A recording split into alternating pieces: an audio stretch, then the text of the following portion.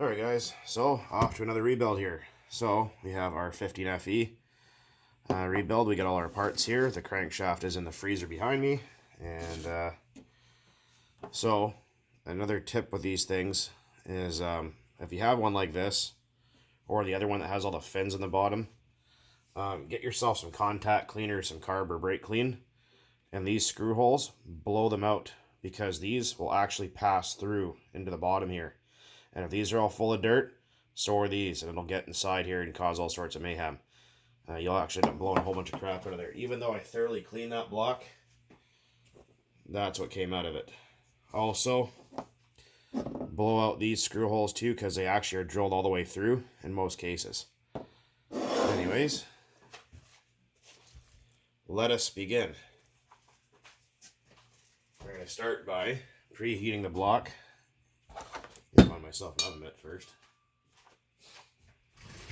Got a brand new one, right on.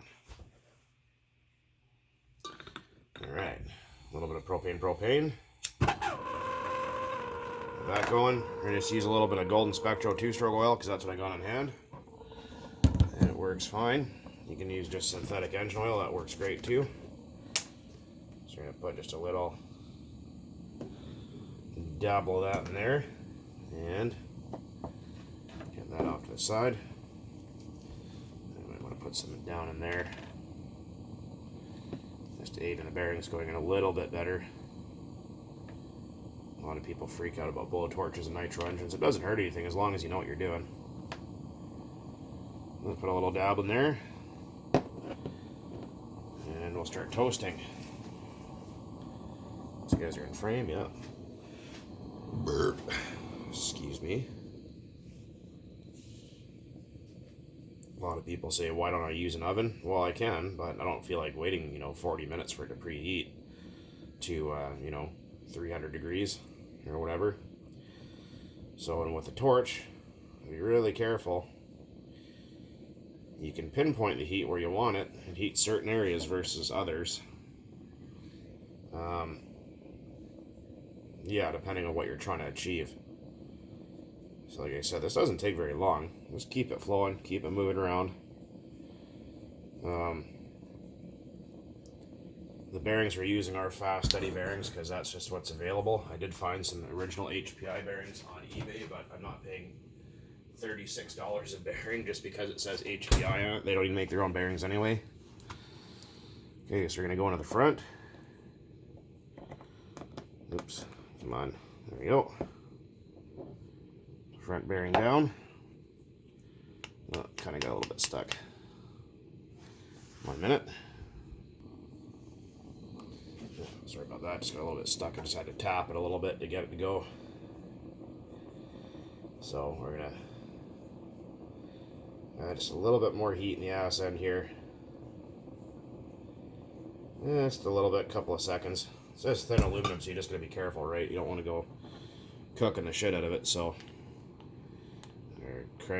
our bearing is on the crank. Careful, because it is hot. And then just pull it through, give it a little tug, and just like that, your bearings are installed. Yeah, I kind of got a little bit screwed up because you can see that lip in the front there. Right there, it looked like the bearing was sticking out, so I thought I had to just tap it lightly on my mat, but no, it wasn't, so that's not a problem. And we're just gonna let that cool down. Probably put that in the freezer for a few minutes, help it cool off a little faster.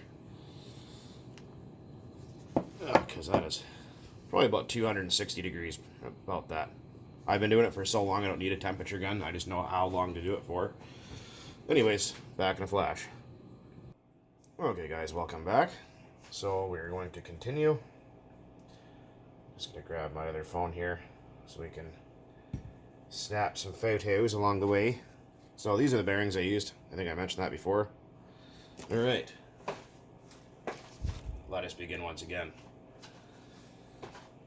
So, we are going to take our now cooled crankshaft, or crankcase and crankshaft I should say, because they both do get quite hot. And we're going to oil the crank. Like that. continue on installing parts. Usually like to coat the whole crank in oil. Keeps the rust away because this engine is going to be going into storage for an unknown amount of time. And we're going to put some oil in that rear bearing too. Like so. You don't have to use Golden Spectral oil. I like it. It's one of my favorite two-stroke oils you can buy, but you gotta watch it with stuff like Klotz Benel when you're putting motors together. If you're gonna be using them right away, it's not a big deal, but if you're gonna be letting shit sit around, I'm gonna put some more oil in there. You don't want to do it for too long because it can get sticky, and you don't want it to happen. So next, we're gonna get all our other stuff going here, piston and sleeve. Oh, your wrist pin too, that's important. Oops.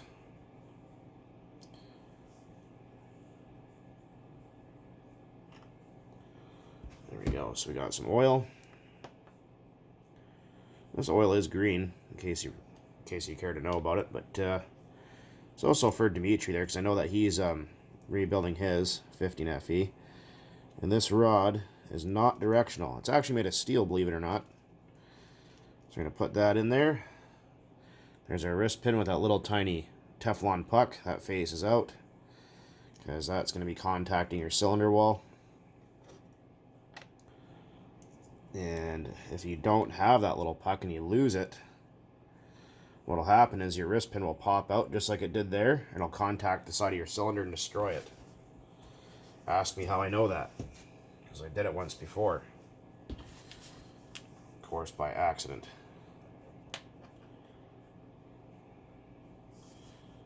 Second here, let's grab another photo. Since everyone keeps asking me and they wanted to see the process. So again, we're going to oil the bottom of our rod.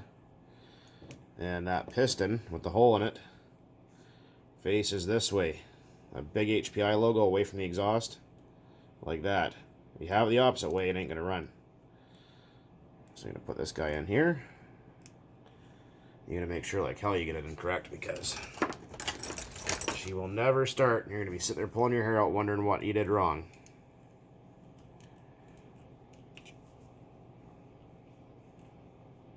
I got popped together there.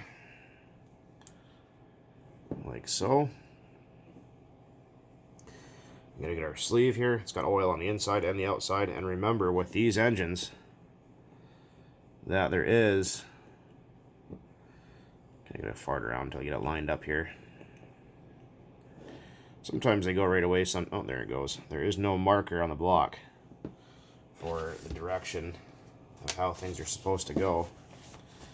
And they can be very confusing. You can put your sleeve in 180 degrees out and it will never run.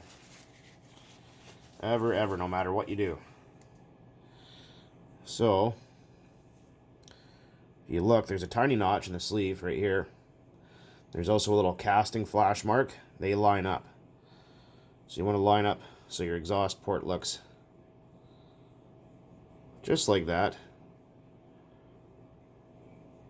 That way you know your port timing is correct. Alright, next we're going to install our cylinder head gasket. They are aluminum, some are copper, or brass, depending. You don't need to put oil here, but just a thin little film. All that does is keep your gasket in place, keep it from moving around on you too much. Because if you have it offset and you set your cylinder head down, you tighten it, you can actually cut your gasket in half. You don't want to do that. We got our cylinder head here. We have a brand new OS A3 glow plug installed, is what they call for from factory. Pop our cylinder head down. Sometimes it actually helps to stick it in the head first, depending on the engine. There we go. And put those two together. Like so, and then we're going to grab our 4 cylinder head screws. These are a Toki made engine, in case you didn't know that. I'm pretty sure you do. If you didn't know it, now you do. Where are they? There we go. And we're going to be using a 2.0 millimeter Allen wrench for that. They actually usually are Phillips, which I usually take out and throw in the garbage, and they are JSI, Japanese industry standard screws, which I hate even more. And remember, you don't want to just tighten one down all the way. You want to go evenly, just like you're doing the wheels on a car. Same idea. Because when you tighten one down all the way, you have a really good chance of warping. The cylinder head will tighten to one side, not the other. So just put just a dab of oil on the threads, because you are going steel to aluminum. You do not, well, I mean, you can go in dry, but you don't really want to do that because you can do damage. And they had a whole bunch of different models of this engine. 2 different models of the 15 FE. They had a 12 FE. They had the E models, which didn't have the funny feet like this in the bottom. They're a universal engine. And click. Oh yeah, and you guys are wondering if you want Allen cap screws for these engines. This part number from Traxxas. Right there. And that way you can get rid of the stupid Phillips screws. Right, onward. So we got our back plate starter shaft. We got some more screws here. These ones are, there's missing one, but they're not all the correct length. I need to take them and grind them a little bit, but for the sake of the video, we're just going to throw them in for now. Take our starter shaft. Little dab of 2-stroke oil. There's a gasket that's supposed to go here. I don't have one, so I'm going to have to make one. I just don't have any material, but I'm going to go back to that at a later date. Don't go gooping it up with silicone if you can help it. So we're going to line up our starter shaft and crankshaft pin. Pretend there's a gasket there. Line those 2 up.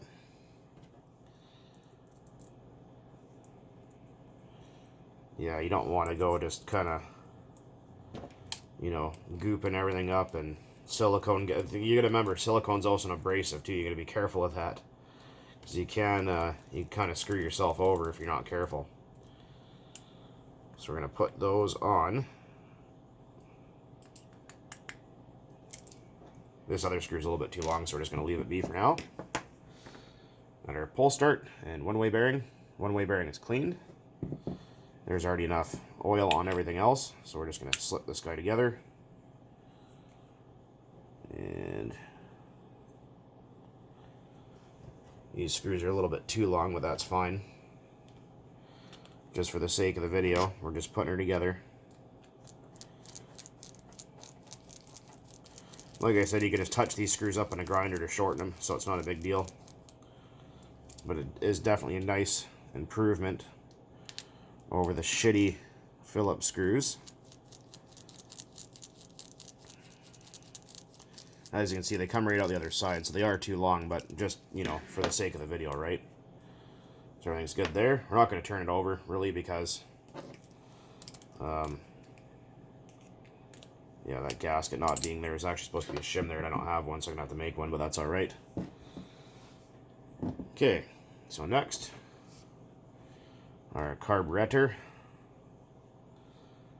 Put some oil here.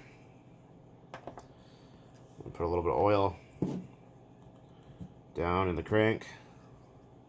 And make sure your O-ring's in good condition here as well. Slip your carb on there. These are a funny carburetor. This is actually a small bore carburetor that had a large bore as well. I'm trying to find one, but I can't. And there is 2 small Phillips screws. Be careful, because if you strip them, you kind of screwed yourself.